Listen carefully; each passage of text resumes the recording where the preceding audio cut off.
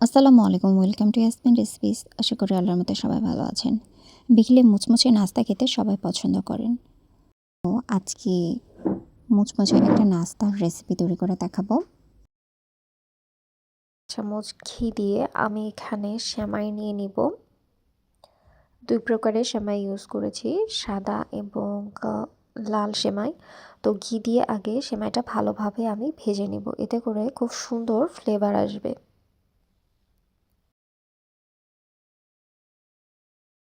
সেমাই অনেকটাই ভাজা হয়ে গেছে।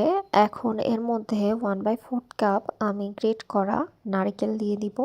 দিয়ে আবারও নারকেলের সাথে সেমাইগুলো আমি ভেজে নিব।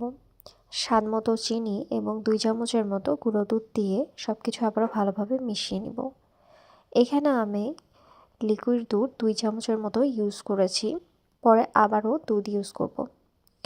তো আমি চুলাটি নাড়াচাড়া করে নামিয়ে ঠান্ডা করতে রেখে দিব এবং অন্য একটি ফ্রাই প্যানে 1 কাপের মতো পানি, একটু লবণ, 2 চামচের মতো খাবার তেল দিয়ে পানিটাকে ফুটতে রেখে দিব। যখন পানি ফুটে যাবে তখন আমি এর মধ্যে 1/2 কাপের মতো সুজি, 1/2 কাপের মতো ময়দা দিয়ে ডো বানিয়ে নিব।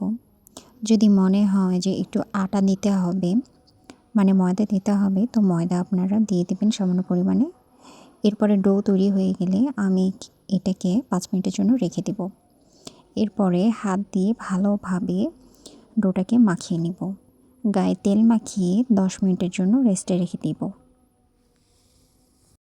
10 মিনিট পরে আমি ছোট একটু ডো নিয়ে ছোট্ট রুটি বানিয়ে নিব এবং এর মধ্যে স্টাফিংটা দিয়ে মুখ মুড়িয়ে আবারও গোল করে হালকা চাপ দিয়ে চ্যাপ্টা করে নেব, কিছুটা কাটলেটের মতো। আর তেল গরম করতে বসিয়ে দিয়েছি আমি।